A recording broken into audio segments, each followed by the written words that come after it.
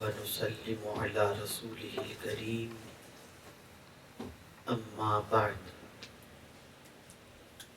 فأعوذ بالله من الشيطان الرجيم بسم الله الرحمن الرحيم وإنك لعلى خلق عظيم صدق الله العظيم قابل قدر محب و محترم حضرت مولانا حافظ شاہد صاحب و اوشتین اہل سنہ فاؤنڈیشن کی ذمہ داران اور حاضرین و حاضرات، السلام علیکم ورحمۃ اللہ وبرکاتہ۔ میں نے قرآن مقدس کی جس مشہور اور معروف آیہ کریمہ کی تلاوت کا شرف حاصل کیا، اللہ رب العزت جل جلالہ اس سے متعلق مجھے حق کہنے اور آپ تمامی حضرات کو حق سننے کی توفیق عطا فرمائے۔ اس سے پہلے کہ آیہ کریمہ کے متعلق کچھ معروضات پیش کروں، آئیے ہم سب مل کر آقا کریم رؤوف الرحیم علیہ التحیۃ والتسلیم کی بارگاہ بے کس پناہ میں جس طریقے سے میں پڑھاؤں عقیدت و محبت میں ڈوب کر اسی طریقے سے درود و سلام کا نذرانہ پیش کریں۔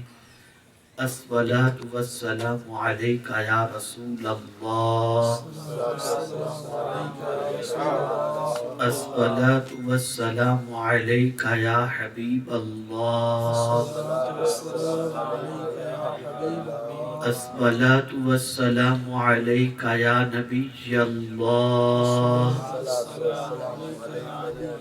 الصلاۃ والسلام علیک یا نور اللہ وعلی آلک و اصحابک یا حبیب اللہ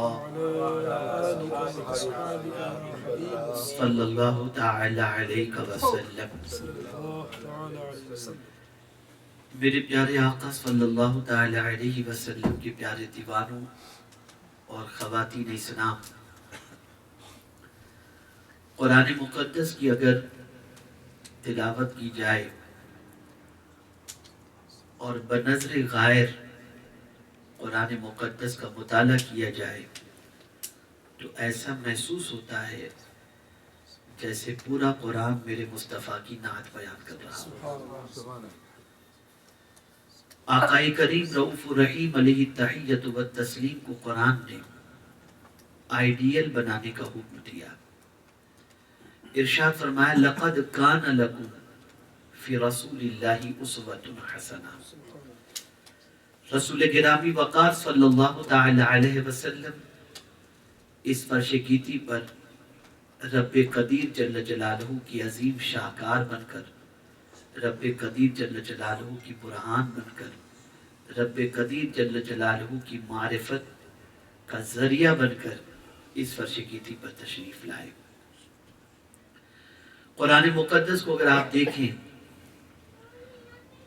تو میرے پیارے آقا صلی اللہ تعالی علیہ وسلم کے پیارے دیوانوں، رسول گرامی وقار صلی اللہ تعالی علیہ وسلم پر جب بھی اعتراض کرنے والوں نے اعتراض کیا تو میرے آقا صلی اللہ علیہ وسلم نے جواب نہیں دیا، جواب میرے کریم نے عطا فرمایا۔ میں نے جس آیہ کریمہ کی تلاوت کا شرف حاصل کیا، اس آیہ کریمہ سے پہلے والی آیات میں رسول گرامی وقار صلی اللہ تعالی علیہ وسلم سے متعلق جو غلط الفاظ استعمال کیے گئے تھے، آقا کریم صلی اللہ علیہ وسلم کی دل آزاری کی گئی تھی، رب قدیر جل جلالہ نے سب سے پہلے اس کی تردید فرمائی اور اس کے بعد میرے آقا کی عظمت بیان فرمائی اور فرمایا وَإِنَّكَ لَعَلَىٰ خُلُقٍ عَظِيمٍ، اور تمہاری خوب، تمہاری عادتیں، تمہارے اخلاق بہت بڑے ہیں۔ میرے پیارے آقا صلی اللہ تعالی علیہ وسلم کے پیارے دیوانوں، آقائے کریم صلی اللہ تعالی علیہ وسلم کی حیات طیبہ کے ان مختلف پہلوؤں کو ہم نے پڑھنا چاہیے جن پہلوؤں کے اندر رسول گرامی وقار صلی اللہ تعالی علیہ وسلم کی کامیابی اور کامرانی اور انسانوں کو انسانیت کے سبق کے سلسلے میں سرکار صلی اللہ علیہ وسلم کی حیات طیبہ میں وہ پہلو پوشیدہ ہیں۔ میرے آقا صلی اللہ علیہ وسلم انسانوں کو جوڑنے کے لیے تشریف لائے۔ رسول گرامی وقار صلی اللہ تعالی علیہ وسلم نے انسانوں کو انسانوں کے ساتھ اس طرح سے جوڑا کہ اجنبی بھی بھائی بن گئے۔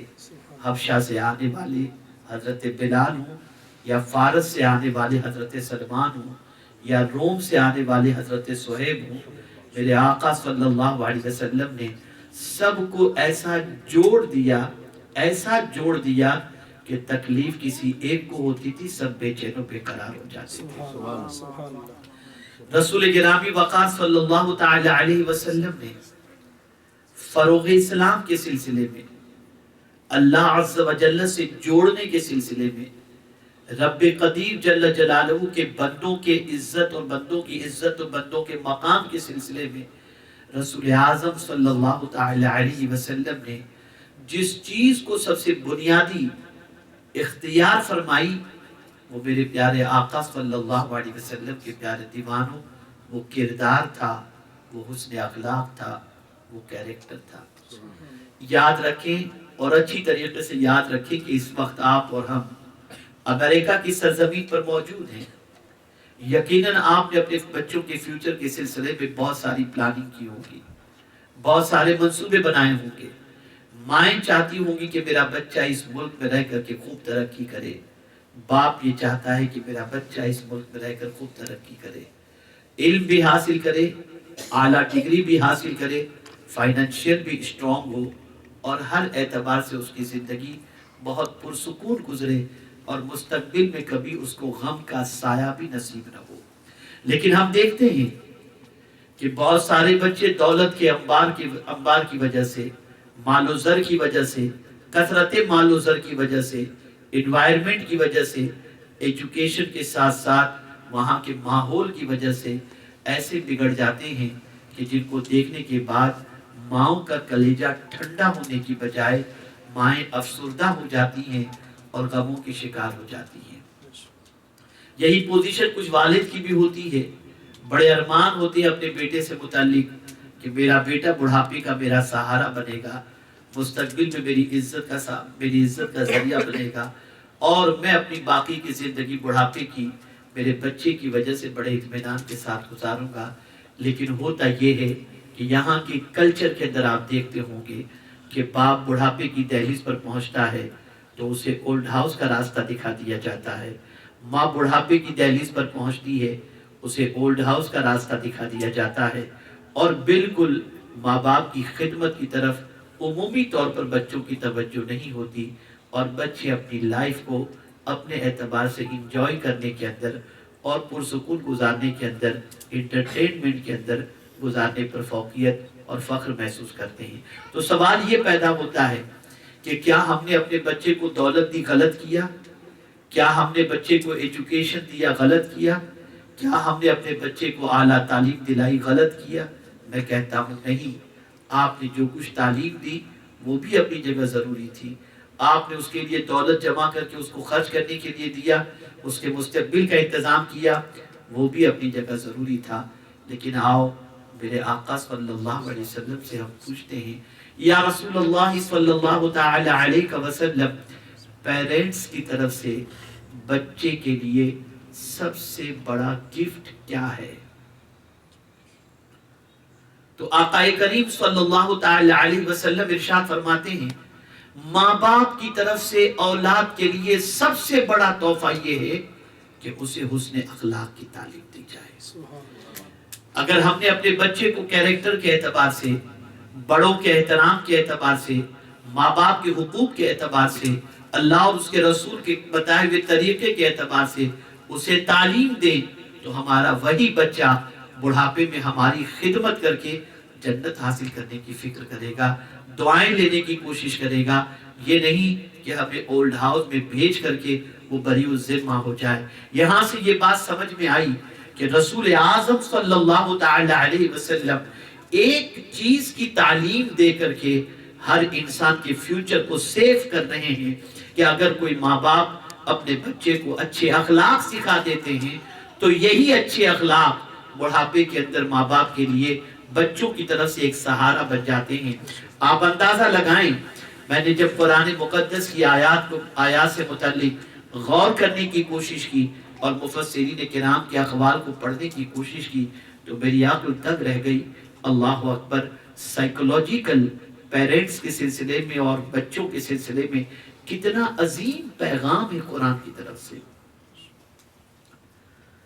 اب آپ دیکھیں نا، جب تک ایک بچہ ہوتا ہے اور اسے باپ کی ضرورت ہوتی ہے، ماں کی ضرورت ہوتی ہے، اپنے پیروں پر کھڑا نہیں ہوتا، چلنے کی طاقت نہیں، کمانے کی طاقت نہیں، ضروریات کی تکمیل کی طاقت نہیں ہے، اس وقت تک وہ پیرنٹس کی سنتا بھی ہے اور پیرنٹس کا احترام بھی کرتا ہے۔ لیکن جس دن وہ اس کی ارننگ سٹارٹ ہو جاتی ہے، اس کے بعد سے باپ کے جملے اسے اچھے نہیں لگتے، ماں کے جملے اچھے نہیں لگتے، ان کی طرف سے پابندیاں اچھی نہیں لگتی، ریسٹرکشن اچھا نہیں لگتا، اور وہ بچہ چاہتا ہے کہ مجھے فریڈم ملے، میں اپنی مرضی سے جیوں۔ اگر آپ اس بچے کو بتائیں کہ بیٹے تو جب 2 سال کا تھا، 4 سال کا تھا، تب تو نے فریڈم کی اختیار نہیں کیا، تو بچہ جواب دے گا میں اس وقت تک کسی طرح سے کمانے کے لائق نہ تھا، آج میں اس لائق ہو گیا ہوں تو اب مجھے میری زندگی جینے دو۔ لیکن میں آپ کو بتاؤں میرے پیارے آقا صلی اللہ تعالی علیہ وسلم کے پیارے دیوانوں، ہم نے اگر اپنے بچے کو بڑوں کا احترام سکھایا، بڑوں کے آداب سکھائے، بڑوں کا رسپیکٹ سکھایا، اچھے اخلاق سکھائے، تو یہ بچہ زندگی کی آخری سانس تک ہماری خدمت کر کے، ہمارے ساتھ رہ کر کے وہ اپنی دنیا بھی سنوارے گا اور اپنی آخرت بھی سنوارے گا۔ میں یقین کے ساتھ کہتا ہوں بہت سارے بچے اپنی محنت سے بہت کچھ حاصل کرنا چاہتے ہیں، نہیں حاصل کر پاتے، ڈگری بھی ہوتی ہے، مقام بھی ہوتا ہے، سب کچھ ہوتا ہے، لیکن اس مرتبے تک نہیں پہنچ پاتے جس مرتبے پر پہنچنے کی اور جس مقام تک پہنچنے کی ان کو امید ہوتی ہے۔ وجہ سب سے بڑی کیا ہے؟ ان کے ساتھ پیرنٹس کی دعائیں نہیں ہوتی، لیکن بہت سارے کم علم ہوتے ہیں، لیکن ماں باپ کی خدمت اور ان کی دعاؤں کی وجہ سے وہ مقام حاصل کر لیتے ہیں جس مقام کے لیے ان کے پاس ڈگریاں موجود نہیں ہوتی۔ اب سائیکولوجیکل میں آپ کو بتاؤں اخلاق کا کتنا حسین قرآن مقدس میں اللہ عز و جل نے انداز عطا فرمایا ہے۔ آپ ذرا سوچو، ایک باپ یا ایک ماں جب تک عمر کی 50ویں دہلیز پر پہنچتے ہیں اس وقت تک ان کی طاقت ہوتی ہے، ان کی توانائی ہوتی ہے، باپ کمانے کی ایبیلٹی رکھتا ہے، ماں جو ہے وہ گھر کے کام کاج سنبھالنے کی ایبیلٹی رکھتی ہے۔ سچویشن یہ ہوتی ہے کہ وہ اپنے بچوں کے اوپر ڈیپینڈ نہیں ہوتی، وہ اپنا کام اپنے ہاتھ سے کر لیتی ہے۔ لیکن 70 کراس کرنے کے بعد پیرنٹس کی ریکوائرمنٹ اور ڈیمانڈ اپنی اولاد سے کچھ نہیں ہوتی۔ ماں باپ یہ نہیں کہتے میرے بیٹے مجھے یہاں تفریح کے لیے لے کر کے جاؤ، مجھے یہاں ہالیڈے میں لے کر کے جاؤ، ماں باپ کی یہ ڈیمانڈ نہیں ہوتی۔ جیسے ہی وہ ایجڈ ہو جاتے ہیں، بوڑھے ہو جاتے ہیں، تو ماں باپ یہ نہیں کہتے مجھے یہ بلیزر لا کر کے دو، مجھے یہ کوٹ لا کر کے دو، مجھے مرسیڈیز لا کر کے دو، مجھے BMW لا کر کے دو۔ ان کی کوئی آرزو نہیں ہوتی۔ اگر آرزو ہوتی ہے تو سنگل ایک ہی آرزو ہوتی ہے، اپنی اولاد سے اگر وہ کسی چیز کا تقاضا یا کسی چیز کی امید رکھتے ہیں تو صرف اور صرف سنگل تھنگ، اور وہ چیز کیا ہے؟ میرے بچے بڑھاپے میں مجھے اف بھی نہ کہیں، میری باتوں کا مذاق نہ اڑائیں، مجھے سختی سے گفتگو نہ کریں، مجھے جھڑکے نہیں۔ ایک ماں باپ جب بڑھاپے کی دہلیز پر پہنچتے ہیں تو ان کی تمنا صرف یہ ہوتی ہے کہ میرا بیٹا مجھے جھڑکے نہیں، مجھے میرا انسلٹ نہ کرے۔ قرآن مقدس میں اسی لیے اللہ عز و جل نے ارشاد فرمایا، اللہ اکبر، اما یبلغن عندک الکبر احدهما او کلاہما فلا تقل لهما اف ولا تنہرهما. تمہارے ماں باپ یا دونوں میں سے کوئی ایک بڑھاپے کو پہنچ جائیں تو قرآن کہتا ہے انہیں اف بھی نہ کہو. جوانی کا تذکرہ نہیں کیا گیا، حالانکہ جوانی میں بھی اف نہیں کہنا چاہیے، لیکن قرآن نے جو مینشن کیا ہے وہ یہ ہے کہ دونوں میں سے کوئی بڑھاپے کی دہلیز پر پہنچ جائیں تو نہ تم انہیں اف کہو نہ انہیں تم جھڑکو. وجہ کیا ہے؟ اس عمر کے اندر وہ گھر چھوڑ کر جا نہیں سکتے، اس عمر کے اندر خود کما نہیں سکتے، اس عمر کے اندر اپنی ضرورت کو پوری نہیں کر سکتے. بس تم نے اوف کہہ دیا یا جھڑک دیا، ان کا دل ٹوٹ جائے گا. اے میرے کریم، تو پھر ان سے کیسے گفتگو کی جائے؟ تو میرے کریم نے بتایا وَقُلْ لَهُمَا قَوْلًا كَرِيمًا، ان کے ساتھ تم بہت عزت اور احترام سے گفتگو کرو. سبحان اللہ. یہ وہ کیریکٹر ہے، یہ وہ اخلاق ہے جس کی وجہ سے ایک بچہ مستقبل کا سکندر بن جاتا ہے اور مستقبل اس کا کامیاب اور کامران ہو جاتا ہے. رسول گرامی وقار صلی اللہ تعالی علیہ وسلم کی حیات طیبہ کے ان پہلوؤں کو دیکھو. میرے آقا صلی اللہ تعالی علیہ وسلم کا خلق، آپ کا اخلاق بہت عظیم تھا، بہت بڑے اخلاق کے مالک تھے آپ، بلکہ اخلاق پر آپ کو غلبہ تھا، بڑے اخلاق پر فائز تھے. میرے پیارے آقا صلی اللہ تعالی علیہ وسلم کے پیارے دیوانوں، میں رسول گرامی وقار صلی اللہ تعالی علیہ وسلم کے اخلاق کے چند نمونے آپ کے سامنے پیش کرتا ہوں، جس سے ہم اپنی لائف کو، اپنی سوسائٹی کو، اپنے انوائرمنٹ کو اس کی خوشبو سے معطر کر سکیں اور اپنی لائف کے اندر آقا کریم صلی اللہ علیہ وسلم کے اخلاق کو شامل کر کے مصطفیٰ جان رحمت صلی اللہ علیہ وسلم کے طریقے پر عمل کرنے کی کوشش کریں. سب سے پہلے آپ دیکھیں ماں. رسول گرامی وقار صلی اللہ تعالی علیہ وسلم کی حقیقی والدہ کا وصال تاجدار کائنات صلی اللہ علیہ وسلم کی کم و بیش 6 سال کی عمر شریف تھی، اور حضرت سیدہ آمنہ رضی اللہ تعالی عنہ کا وصال ہوا.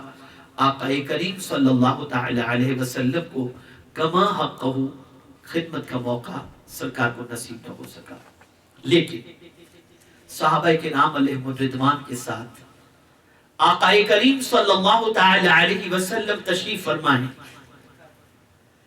ایک ضعیفہ خاتون اولڈ ایج سامنے سے آ رہی ہے. تاجدار کائنات ارواحنا فدا صلی اللہ تعالی علیہ وسلم اس خاتون کو دیکھ کر کھڑے ہو جاتے ہیں. وہ رسول جس کے لیے سارے فرشتے کھڑے ہوں، وہ رسول جس کے لیے کائنات کا ذرہ ذرہ احترام کے اندر لگا ہوا ہو، آج وہ رسول اعظم صلی اللہ علیہ وسلم ایک ضعیفہ کے ویلکم کے لیے سرکار کھڑے ہو. وہ جب تشریف لائیں تو آقا کریم صلی اللہ علیہ وسلم نے اپنی چادر مبارک بچھا دی. وہ چادر جس کے حوالے سے فرمایا گیا کہ وسعتیں دی ہیں خدا نے دامن محبوب کو، جرم کھلتے جائیں گے اور وہ چھپاتے جائیں. کل بروز قیامت غلامان رسول کے لیے سب سے بڑا سہارا رسول گرامی وقار صلی اللہ علیہ وسلم کی چادر مبارک ہے. اور اسی لیے استاد زمن کہتے ہیں وہ کس کو ملے جو تیرے دامن میں چھپا ہو.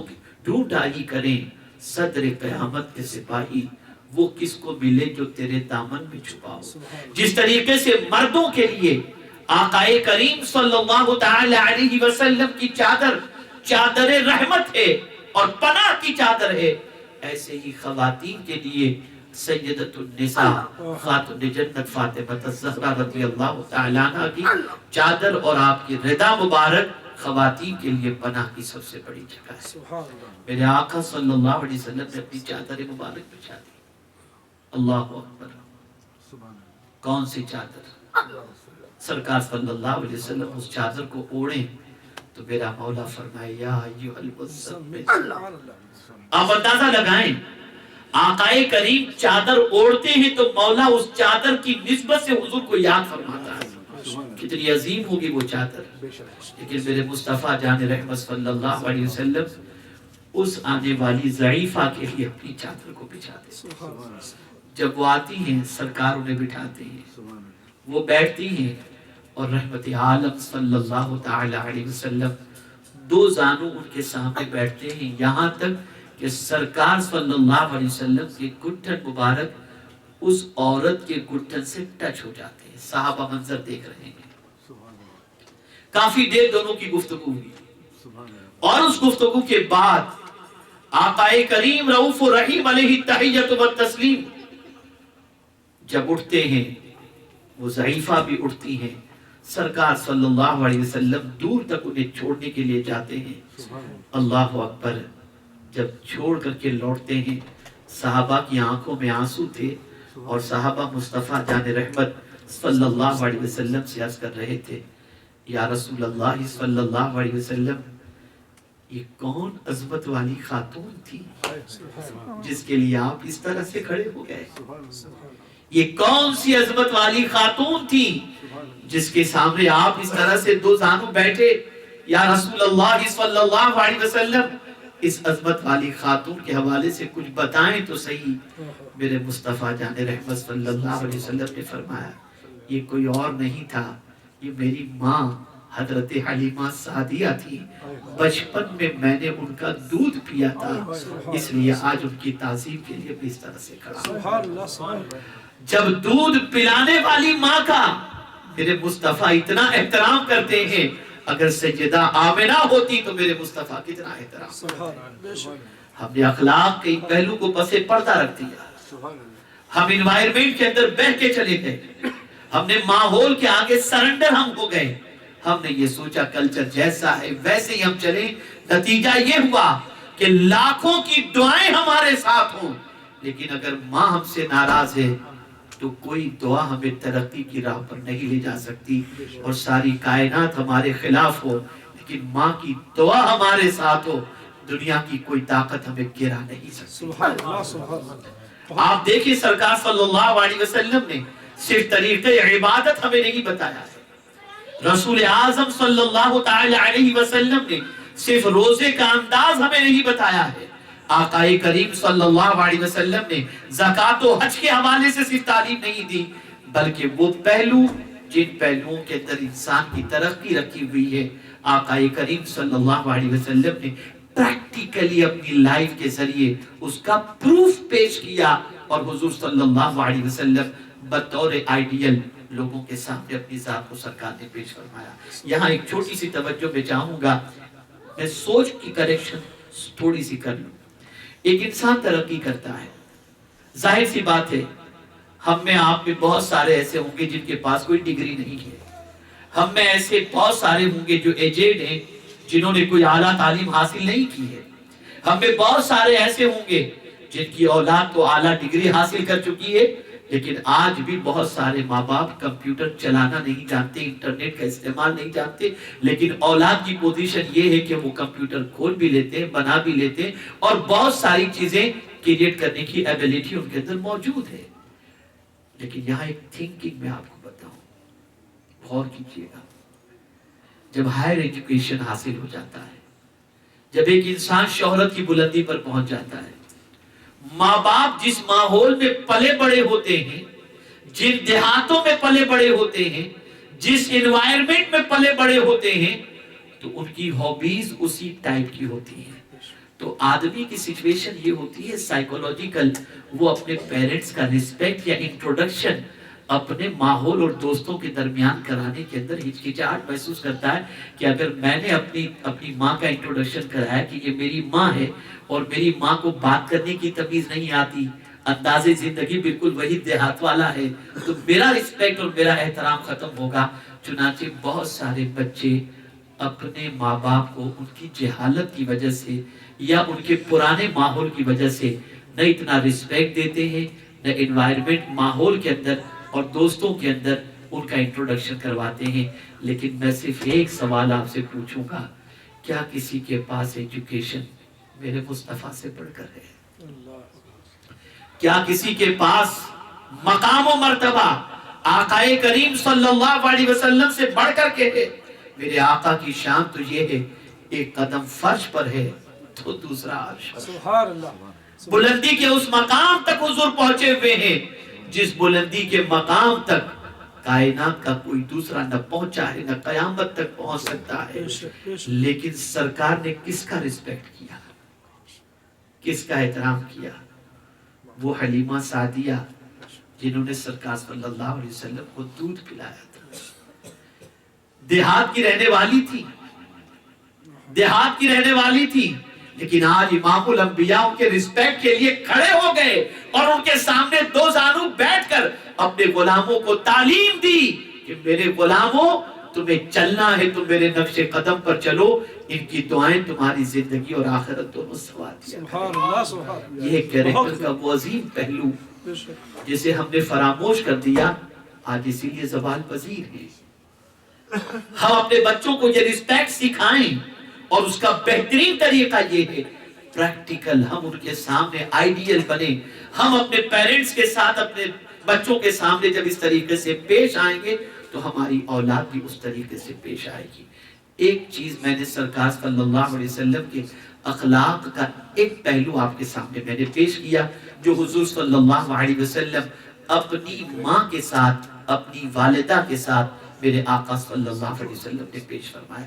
اگر میں اسے بہت زیادہ پھیلاؤں تو یہی ایک موضوع کافی ہوگا، لیکن میں سرکار صلی اللہ علیہ وسلم کے کیریکٹر کے ڈیفرنٹ جو ہے نا پہلو کی طرف آپ کی توجہ کو مبذول کریں، تاکہ آپ ہر پہلو کو سامنے رکھ کر کریکشن کرنے کی کوشش کریں اور آج سے لائف کے اندر ان کو آئیڈیل بنائیں جن کو آئیڈیل بنانے کا حکم خود پروردگار نے عطا فرمایا ہے۔ اس کا سلیکشن کتنا عظیم ہوگا، اس کا سلیکشن کتنا عظیم۔ اب آئیے میں آپ کو بتاؤں، ماں کے بعد بہن کے حوالے سے آپ دیکھیں آقا کریم صلی اللہ علیہ وسلم کا تعلق اپنی بہن کے ساتھ کیسا ہے۔ مدینے کی سرزمین پر ایک خاتون آتی ہے، صحابہ سے کہتی ہے مجھے حضور سے ملنا ہے، میں ان کی بہن ہوں۔ صحابہ کو حیرت ہوتی ہے اور صحابہ فرماتے ہیں ہم نے آقا کریم صلی اللہ علیہ وسلم کی کوئی بہن ہو ایسا تو سنا ہی نہیں تھا، تم حضور کی بہن ہو؟ کہا ہاں میں حضور کی بہن۔ صحابہ کہتے ہیں ٹھیک ہے رکو، ہم حضور سے پوچھ کر آتے ہیں۔ آقا کریم صلی اللہ علیہ وسلم کے پاس صحابہ پہنچے، عرض کرتے ہیں یا رسول اللہ صلی اللہ علیہ وسلم، ایک خاتون آئی ہے آپ سے ملنے کی متمنی اور کہتی ہے کہ وہ آپ کی بہن ہے۔ سرکار نے فرمایا میری بہن؟ کہا ہاں۔ کہا ٹھیک ہے لائیے اس کو بلایا، وہ حاضر ہوئی۔ سرکار نے انہیں دیکھا، پوچھا تمہارا نام؟ کہا میرا نام شیما ہے۔ کہا اچھا تم کون ہو؟ حضور آپ نے جس حلیمہ سعدیہ کا دودھ پیا ہے میں نے بھی اسی کا دودھ پیا، میں آپ کی رضائی بہن شیما ہوں۔ کہا اچھا تم ہی شیما ہو، اس کا ثبوت کیا ہے؟ توجہ چاہوں گا، تم ہو اس کا ثبوت کیا ہے؟ وہ عرض کرتی ہے یا رسول اللہ صلی اللہ علیہ وسلم، میری پیٹھ پر آج بھی آپ کے دانت کے وہ نشان موجود ہیں جو بچپن میں آپ نے میری پیٹھ پر دانت لگائے تھے۔ سرکار کی آنکھوں سے آنسو جاری ہو گئے، بچپنا یاد آ گیا، وہ بچپنے کا پیار یاد آ گیا۔ آقا کریم صلی اللہ علیہ وسلم فرط مسرت کے اندر آنسو بہاتے فرماتے شیما میری بہن اگر تم رہنا چاہتی ہو تو آج سے میرے پاس رہ جاؤ، تمہیں کوئی کمی نہیں ہوگی، کسی قسم کا پرابلم نہیں ہوگا، تم میرے پاس رہ جاؤ، اور اگر جانا چاہتی ہو تو میری طرف سے کوئی ریسٹرکشن نہیں۔ انہوں نے کہا بس میں تو ملنے آئی تھی اور جانا چاہتی ہوں۔ صحابہ فرماتے ہیں کہ حضور صلی اللہ علیہ وسلم نے اپنی رضائی بہن کو اتنا دیا، اتنا دیا، اتنا دیا، بہت سارا مال و زر دے کر اپنی بہن کو مصطفیٰ جان رحمت رخصت فرمایا۔ کیریکٹر کے اس پہلو کو دیکھو، کیریکٹر کے اس پہلو کو دیکھو۔ آج ہمارے یہاں سچویشن یہ ہے کہ بہنوں کے حقوق مارے جاتے ہیں، بہنوں کی حق تلفیاں ہوتی ہیں، وراثت کے اندر بھی کوشش کی جاتی ہے، اللہ ماشاءاللہ میں سب کی بات نہیں کرتا کہ بہنوں کے حقوق کے حوالے سے بہت ہی کوتاہی برتی جاتی ہے۔ آقا کریم صلی اللہ تعالی علیہ وسلم نے بہنوں کا یہ حق رکھا اور بہن کے ساتھ یہ سلوک فرما کر مدینے کے تاجدار صلی اللہ تعالی علیہ وسلم نے یہ واضح کر دیا کہ تم اگر مجھے آئیڈیل بنانا چاہتے ہو تو میں جس طریقے سے اپنی بہن کے ساتھ سلوک کرتا ہوں تم بھی اپنی بہن کے ساتھ ویسا ہی سلوک کرو۔ کردار کا تیسرا پہلو آپ دیکھیں، بیٹی کے ساتھ، بیٹی کے ساتھ، اللہ اکبر، وہ بیٹی جسے مصطفیٰ جان رحمت صلی اللہ علیہ وسلم نے اپنے جگر کا ٹکڑا کہا، اللہ اللہ، سیدۃ النساء کا کیا کہنا، خاتون جنت کی عظمتوں کا کیا کہنا، خاتون جنت رضی اللہ تعالی عنہ کا مقام بہت عرف والا ہے۔ آج میں آپ سے عرض کروں گا، ہمارے معاشرے کے اندر بچی پیدا ہوتی ہے تو ماں کا چہرہ اتر جاتا ہے، باپ کا چہرہ اتر جاتا ہے، لیکن میں آپ کو عرض کروں، بچی جب کسی گھر پیدا ہوتی ہے نا تو اس گھر میں فرشتوں کی طرف سے سلام پیش کیا جاتا ہے۔ آقا کریم صلی اللہ علیہ وسلم کی بارگاہ میں ایک صحابی حاضر ہوئے، عرض کرتے یا رسول اللہ صلی اللہ علیہ وسلم، میں نے ایک گھر دیکھا ہے، اس گھر کی پوزیشن ایسی، ایسا محسوس ہو رہا ہے جیسے آسمان سے اس گھر پر نور برس رہا ہو، میں نے نور کی لکیریں دیکھی ہیں، یا رسول اللہ صلی اللہ تعالی علیہ وسلم، یہ اس گھر میں نور کی قطار کیسے ہے، یہ نور کی لائن کیسے؟ سرکار فرماتے ہیں جاؤ، جا کر دیکھو، اس گھر میں کوئی بچی پیدا ہوئی ہوگی، اس کی وجہ سے فرشتے اللہ عز و جل کی طرف سے نور کی بارش اس گھر پر نازل فرما رہے ہیں، بچی پیدا ہوتی ہے، گھر میں نور کی بارشیں ہوتی ہیں۔ اب میں آپ کو بتاؤں رسول اعظم صلی اللہ علیہ وسلم نے اپنی بیٹی کے ساتھ کیا سلوک کیا، سیدۃ النساء، خاتون جنت فاطمہ الزہرا رضی اللہ تعالی عنہ، اللہ اکبر، جگر گوش ہے رسول صلی اللہ تعالی علیہ وسلم، ان کی عظمتوں کا کیا کہنا، ان کے مقام و مرتبے کا کیا کہنا، اللہ اکبر۔ آقا کریم صلی اللہ علیہ وسلم کی عادت کریمہ تھی، جب سیدۃ النساء حضور کے گھر تشریف لاتی تو سرکار ان کے لیے محبت سے کھڑے ہو جایا کرتے۔ سبحان اللہ، سبحان اللہ، توجہ چاہوں گا، سرکار صلی اللہ علیہ وسلم کھڑے ہو جاتے تو صرف کھڑے ہی نہیں ہوتے تھے بلکہ خاتون جنت کا ہاتھ اپنے ہاتھ میں لے کر اسے چوم لیا کرتے تھے۔ آپ ذرا سوچو، وہ دست رسول کہ جس کے حوالے سے قرآن کہے ید اللہ فوق ایدیہم، وہ دست رسول جس کے حوالے سے قرآن کہے وَمَا رَمَيْتَ اِذْ رَمَيْتَ وَلَكِنَّ اللَّهَ رَمَا، وہ مصطفیٰ جان رحمت صلی اللہ علیہ وسلم کا دست کرم کہ اعلیٰ حضرت کہتے ہیں ہاتھ جس سمت اٹھا غنی کر دیا، موج بحر سماحت پہ لاکھوں سلام، وہ مصطفیٰ جان رحمت صلی اللہ علیہ وسلم اپنی بیٹی کا ہاتھ اپنے ہاتھ میں لے کر کے چومتے تھے۔ اور یہی نہیں بلکہ سرکار صلی اللہ تعالی علیہ وسلم جب مدینہ منورہ سے کسی سفر پر روانہ ہوتے تو سب سے آخر میں خاتون جنت کے گھر جاتے، اور جب پلٹ کر کے سفر سے لوٹتے تو سب سے پہلے خاتون جنت کے گھر جاتے اور فرماتے میں اپنی بیٹی سے زیادہ جدائی برداشت نہیں کر سکتا۔ آپ ذرا سوچو، اخلاق کا کتنا عظیم پہلو میرے مصطفیٰ نے عطا فرمایا۔ آج کی اگر مائیں، آج کی بہنیں، آج کی بچیاں اگر حضور کے اس احسان کو اپنے پیش نظر رکھیں تو زندگی میں کبھی ان کے قدم ڈگمگا نہیں سکتے۔ آج اگر بیٹی کے سر پر باپ دوپٹہ رکھتا ہے یا بہن کے سر پر اگر بھائی چادر رکھتا ہے اور ماں کے قدموں کو چوم کر جنت کی چوکھٹ کے چومنے کا ثواب حاصل کرتا ہے تو یہ صدقہ ہے پیغمبر اعظم صلی اللہ تعالی علیہ وسلم کے اخلاق حسنہ کا اور ان کی تعلیمات کا۔ بیٹی کے ساتھ میرے آقا صلی اللہ علیہ وسلم کا یہ سلوک، اور پھر ارشاد کی روشنی میں آپ دیکھیں، فرمان رسالت مآب صلی اللہ علیہ وسلم کی روشنی میں دیکھیں تو اللہ اکبر، عقل دنگ رہ جاتی ہے۔ بہت ساری بچیوں کی شادیاں ہوتی ہیں اور نبھ نہیں پاتا، اور بچیاں ڈیوورس لے کر یا ڈیوورس مل جاتا ہے اور پلٹ کر گھر پر آتی ہیں۔ قربان چاہیے مصطفیٰ جان رحمت صلی اللہ علیہ وسلم ایسی بچیاں جو بیوہ ہو جائیں یا ایسی بچیاں جن کو طلاق ہو جائے اور پھر پلٹ کر ماں باپ کے گھر آ جائیں، سرکار صلی اللہ علیہ وسلم فرماتے ہیں اگر کوئی ماں باپ اپنی بچی کی وجہ سے آزمائے گئے، ماں باپ بچی کی وجہ سے آزمائے گئے، یعنی ڈیوورس ہو گیا تو ماں باپ کو ٹینشن ہوا نا، تو ایک امتحان ہوا ماں باپ کے لیے، بچی بیوہ ہو گئی ایک امتحان ہوا۔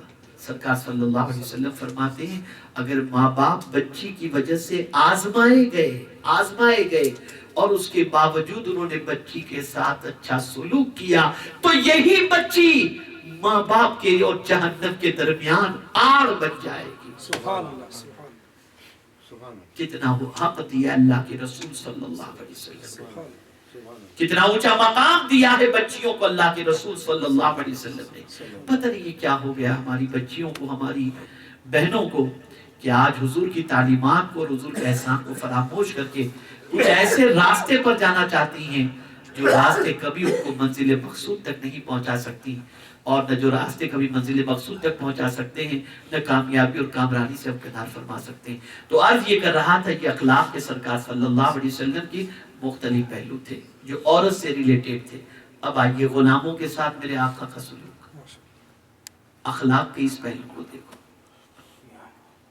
اللہ اکبر، اللہ اکبر، اللہ اکبر۔ حضرت انس رضی اللہ تعالی عنہ رسول گرامی وقار صلی اللہ تعالی علیہ وسلم کی غلامی کے اندر، خدمت کے اندر، جب آپ کی عمر شریف 9 سال یا 10 سال کی تھی تب سے حضرت انس کو ان کی والدہ نے رسول اعظم صلی اللہ علیہ وسلم کی خدمت میں پیش کر دیا تھا۔ قربان جائیے اس ماں کی عظمت پر، اپنے بیٹے کے مستقبل کو سنوارنے کے لیے جو بچہ یتیم تھا اسے مصطفیٰ کے قدموں پہ رکھ دیا، وہ خادم کی حیثیت سے۔ لیکن حضرت انس رضی اللہ تعالی عنہ فرماتے ہیں میں نے حضور صلی اللہ علیہ وسلم کی خدمت میں اپنی زندگی کے 10 سال گزارے، اور کم عمری کی وجہ سے مجھ سے کئی غلطیاں ہوتی رہی، کئی کوتاہیاں ہوتی رہی، لیکن واللہ العظیم کبھی میرے حضور نے مجھے اف بھی نہیں فرمایا، اف بھی نہیں فرمایا۔ خادم کے ساتھ اور غلام کے ساتھ جس کا سلوک یہ ہو، جس کے کردار کا اتنا عظیم پہلو موجود ہو، اس رسول اعظم صلی اللہ علیہ وسلم کی عظمتوں کا کیا کہنا۔ یہ خادم کے ساتھ سلوک ہے، یہ غلام کے ساتھ آقا کریم صلی اللہ علیہ وسلم کا سلوک ہے، اور بے سہاروں کے ساتھ سلوک کون نہیں جانتا۔ صحابہ میں صرف ایک صحابی ایسے ہیں جن کا نام اللہ نے اپنی کتاب کے اندر قرآن مقدس میں رکھا، اور وہ نام ہے زید۔ کون ہے یہ حضرت زید؟ کسی طرح سے بازار مکہ کے اندر بکنے کے لیے آ گئے تھے، بچپنا تھا۔ ام المؤمنین حضرت خدیجہ الکبریٰ رضی اللہ تعالی عنہا نے خریدا، اور خرید کر مصطفیٰ جان رحمت صلی اللہ علیہ وسلم کی خدمت میں دے دیا۔ باپ سے بچھڑے ہوئے تھے حضرت زید، ماں سے بچھڑے ہوئے تھے حضرت زید۔ بہت سالوں کے بعد زید کے والد کو اطلاع دی گئی کہ تمہارے بیٹے کو مکے میں ہم نے خدیجہ کے یہاں دیکھا ہے۔ باپ کے پاس سرمایہ تھا، باپ آتا ہے اپنے بیٹے کو لینے کے لیے۔ سوچئے، تھوڑا سا غور کیجئے، بچھڑا ہوا بیٹا باپ سے مل کر کسی اور کے پاس رہنا پسند نہیں کرے گا اس سچویشن میں کہ باپ کیپیبل ہو۔ باپ کیپیبل تھا۔ اللہ اکبر۔ آئے ان کے والد، اور آنے کے بعد حضور صلی اللہ علیہ وسلم سے عرض کرتے ہیں آپ تو کریم ابن کریم ہیں، میرا بیٹا میں نے سنا ہے کہ آپ کے پاس ہے زید، وہ میرا لخت جگر ہے، میں اسے لینے کے لیے آیا ہوں، اس کی جدائی کا غم میں نہیں سہ سکتا۔ سرکار صلی اللہ علیہ وسلم نے حضرت زید کو بلایا، ارشاد فرمایا زید تم ان کو جانتے ہو؟ ہاں میں جانتا ہوں۔ کون ہے یہ میرے والد ہیں۔ یہ کون ہے؟ یہ میرے چچا ہیں۔ زید یہ تمہیں لینے کے لیے آئے ہیں۔ توجہ چاہوں گا، تمہیں لینے کے لیے آئے، لیکن تم کو میں اختیار دیتا ہوں، جانا چاہو تو اپنے والد کے ساتھ جا سکتے ہو، اور رہنا چاہو تو میرے پاس رہ سکتے ہو۔ حضرت زید نے کہا حضور جو پیار آپ کے قدموں میں ملا ہے وہ دنیا میں کہیں نہیں مل سکتا، میں آپ کے پاس رہنا پسند کرتا ہوں، اپنے والد کے ساتھ جانا پسند نہیں کرتا۔ مجھے بتائیے جس کے اخلاق کا عالم بے سہارا کے ساتھ ایسا ہو وہ کتنی عظمت والے ہوں گے اور کتنی رفعت والے رسول۔ سبحان اللہ سبحان اللہ، بہت خوب بے شک، ماشاء اللہ۔ آقا کریم صلی اللہ تعالی علیہ وسلم کے اس اخلاق کے پہلو کو دیکھو، پیار کتنا دیتے تھے، شفقتیں کتنی فرماتے تھے، محبت کتنی دیتے تھے۔ آپ جانتے ہیں ایک صحابی ارشاد فرماتے ہیں اللہ اکبر کہ میں نے اسلام قبول کیا، لیکن قبول اسلام کے بعد اسلام میرے سینے میں جس طریقے سے اتر جانا چاہیے ویسا میرے قلب میں نہیں اترا تھا۔ ایک مرتبہ ایسا ہوا آقا کریم رؤوف الرحیم علیہ التحیۃ والتسلیم کے ساتھ میں ایک سفر سے لوٹا، ایک مقام پر پڑاؤ ڈالا گیا، ہم لوگ سب رکے اور سب اپنے اپنے کاموں میں مصروف ہو گئے۔ سید الانبیاء صلی اللہ تعالی علیہ وسلم نے ہمیں کاموں میں مصروف دیکھا، اور تھوڑی دیر گزری تھی کہ آقا کریم صلی اللہ تعالی علیہ وسلم اچانک ہم میں سے غائب ہو گئے، کہیں تشریف لے گئے۔ وہ صحابی فرماتے ہیں تھوڑی دیر کے بعد ہمیں آقا کریم کا احساس ہوا کہ وہ نہیں ہے، تو ہم تلاش میں نکلے حضور، توجہ چاہوں، تلاش میں نکلے۔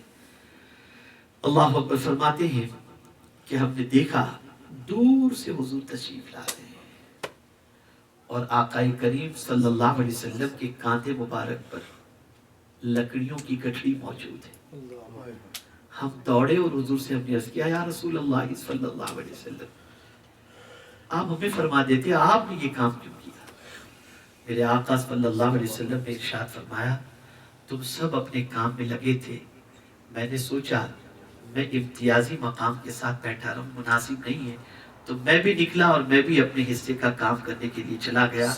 آقا کریم صلی اللہ علیہ وسلم کے اس ارشاد کو اور عمل کو دیکھنے کے بعد وہ صحابی فرماتے ہیں کہ اسلام کما حق میرے سینے میں نہیں اترا تھا، لیکن حضور کے اس عمل کے بعد اسلام میرے سینے میں اتنا اتر گیا کہ دنیا کی کوئی طاقت اب اسلام میرے سینے سے نکال نہیں سکتا۔ سبحان اللہ سبحان یہ اخلاق کا وہ عظیم پہلو ہے، ماشاء اللہ، بہت خوب۔ یہ کیریکٹر کا وہ عظیم پہلو ہے جو مصطفیٰ جان رحمت صلی اللہ علیہ وسلم نے انسانوں کے سامنے پیش کیا، اور لوگوں کے سامنے آقا کریم صلی اللہ تعالی علیہ وسلم نے اپنی حیات طیبہ کی یہ پہلو اور یہ اخلاق کریمانہ سرکار صلی اللہ علیہ وسلم نے پیش فرمایا۔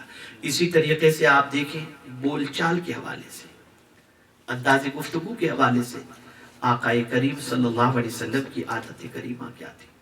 ام المؤمنین حضرت عائشہ صدیقہ رضی اللہ تعالی عنہ ارشاد فرماتی ہیں آقا کریم صلی اللہ تعالی علیہ وسلم نہ فحش گو تھے نہ چلا کر بات کرنے والے تھے۔ اب اس ایک جملے کے اندر آقا کریم صلی اللہ علیہ وسلم کی عظمت کا اتنا پہلو موجود ہے، اور رسول گرامی وقار صلی اللہ علیہ وسلم کی عظمت کو اتنا اجاگر کرتا ہے جس کی کوئی انتہا نہیں۔ رسول اعظم صلی اللہ علیہ وسلم نہ فحش گو تھے اور نہ سرکار صلی اللہ علیہ وسلم چلا کر بات کرتے۔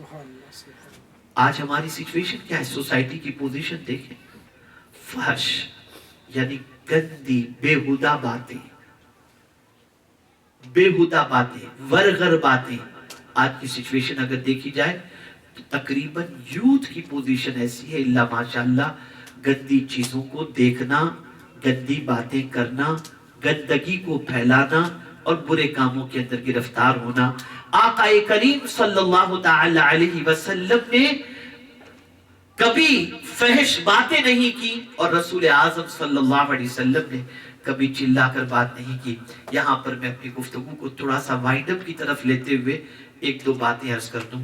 یاد رکھیں ایجوکیشن بھلے ہمارے پاس ہو، دولت بھلے ہمارے پاس ہو، لیکن اگر ہمارے پاس اچھے اخلاق نہیں، اچھا لب و لہجہ نہیں، اچھا انداز نہیں، ہم انسانوں کے دلوں میں اپنا مقام نہیں بنا سکتے۔ یاد رکھیں میرے پیارے آقا صلی اللہ تعالی علیہ وسلم کے پیارے دیوانوں، میں یہاں پر ایک اور حدیث مجھے یاد آ گئی، چونکہ یہاں پر ماشاءاللہ جینٹس موجود ہیں، بیہائنڈ دا کرٹن ہماری بہنیں موجود ہیں، تو جس طریقے سے بہنوں کے حوالے سے میں نے کچھ باتیں بتائیں، میں مردوں کے حوالے سے آقا کریم صلی اللہ علیہ وسلم کے کیریکٹر کا ایک پہلو آپ کے سامنے اجاگر کروں۔ ام المؤمنین حضرت عائشہ صدیقہ رضی اللہ تعالی عنہ سے پوچھا گیا کہ حضور صلی اللہ علیہ وسلم گھر میں جب تشریف لاتے تو سرکار صلی اللہ علیہ وسلم کا بیہیویئر فیملی کے ساتھ کیسا تھا؟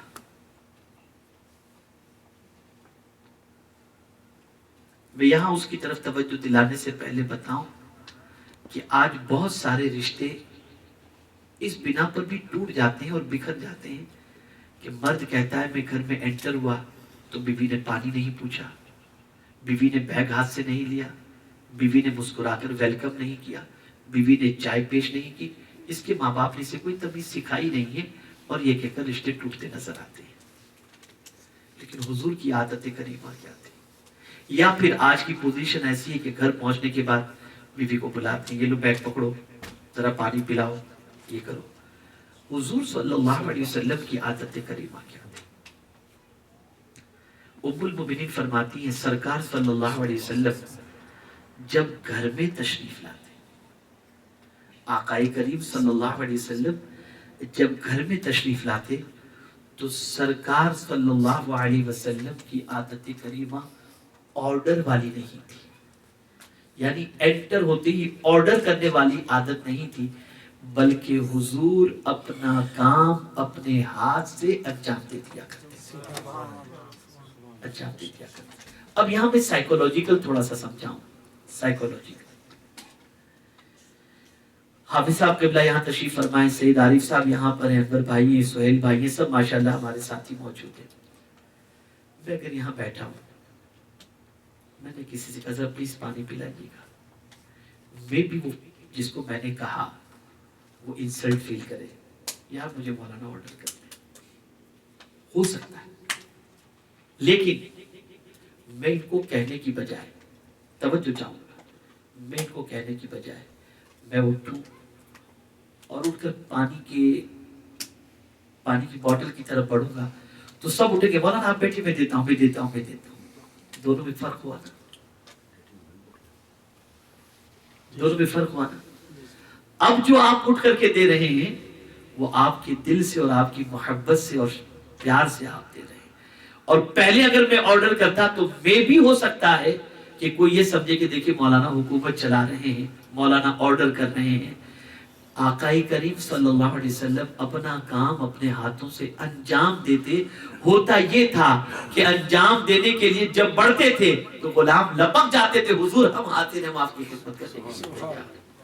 سرکار صلی اللہ علیہ وسلم انسانوں کی ہر چیز کو جانتے تھے، انسانوں کے ساتھ اس طریقے سے سلوک فرماتے تھے کہ ہر انسان یہ چاہتا اور ہر انسان یہ ریئلائز کرتا کہ آقا کریم صلی اللہ علیہ وسلم مجھ سے سب سے زیادہ محبت کرتے ہیں۔ آپ ذرا دیکھیں سرکار صلی اللہ علیہ وسلم نے حضرت بلال کو رضی اللہ المولا تبارک و تعالی رنگ کے اعتبار سے، آواز کے اعتبار سے دنیا جانتی ہے، لیکن سرکار صلی اللہ علیہ وسلم نے کتنا اونچا مقام عطا کیا، کتنا اونچا مرتبہ عطا فرمایا کہ آقا کریم صلی اللہ تعالی علیہ وسلم کا پرسنل اکاؤنٹ سیدنا بلال رضی اللہ تعالی عنہ دیکھا کرتے تھے، اور ایک مرتبہ سرکار صلی اللہ تعالی علیہ وسلم کی بارگاہ کے اندر سیدنا بلال رضی اللہ تعالی عنہ نے ایک کمپلین کی، حضرت ابو ذر رضی اللہ تعالی عنہ، حضرت ابو ذر غفاری رضی اللہ تعالی عنہ نے ایک مرتبہ اے کالے رنگ والے، یہ حضرت بلال سے انہوں نے کہا تھا۔ حضرت بلال روتے ہوئے حضور کی بارگاہ میں حاضر ہوئے کہ سرکار مجھے جو ہے ابو ذر نے یہ کہا۔ آقا کریم صلی اللہ علیہ وسلم نے حضرت ابو ذر کو بلا کر فرمایا ابو ذر تم نے یہ کہا ہے؟ سرکار پہلے تو کنفرم کرتے تھے، ہم لوگوں کا تو معاملہ یہ کہ سنا اور اس پر عمل کر دیا. آج کل واٹس ایپ کا معاملہ یہ ہے کہ واٹس ایپ پہ جو آتا ہے ہم سمجھتے سب پرفیکٹ ہے. ریسرچ اور تحقیق اور جانچنے کی کوشش نہیں کرتے. لیکن حضور صلی اللہ علیہ وسلم نے حضرت ابو ذر سے فرمایا کیا ابو ذر تم نے یہ کہا ہے؟ تو انہوں نے گردن جھکا لی. سرکار سمجھ گئے کہ یہ اقرار کر رہے ہیں. سرکار نے فرمایا ابو ذر کیا اب بھی جاہلیت کی عادت تمہارے اندر سے نہیں گئی؟ حضرت ابو ذر حضرت بلال سے کہتے ہیں اے بلال میں لیٹ جاتا ہوں تم اپنے پیروں سے میرے چہرے کو روند ڈالو. روند ڈالو. آپ ذرا بتائیں کہ سرکار صلی اللہ تعالی علیہ وسلم نے اخلاق کو کتنی بلندی پر صحابہ کے پہنچا دیا تھا کہ صحابہ کرام علیہم الرضوان جہالت کی عادتوں کو پسند نہیں فرماتے تھے.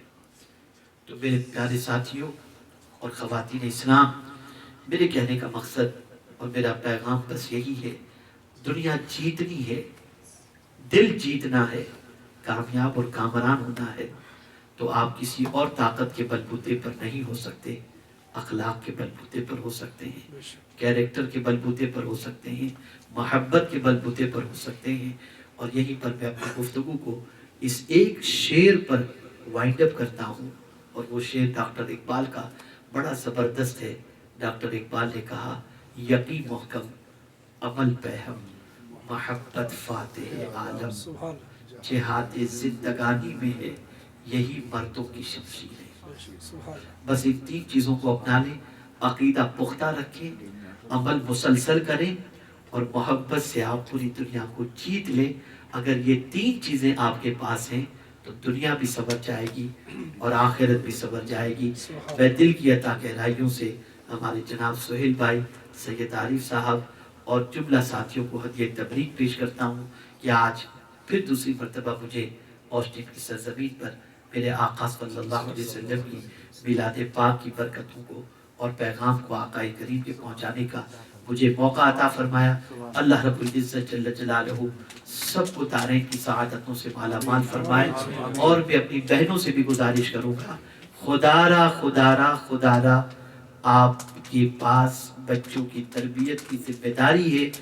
آپ کوشش کریں اپنے بچوں کو کچھ دے سکیں یا نہ دے سکیں، انہیں اچھے اخلاق ضرور دیں، اور یہی اچھے اخلاق دنیا اور آخرت کے اندر کامیابی اور کامرانی کی ضمانت بنیں گے.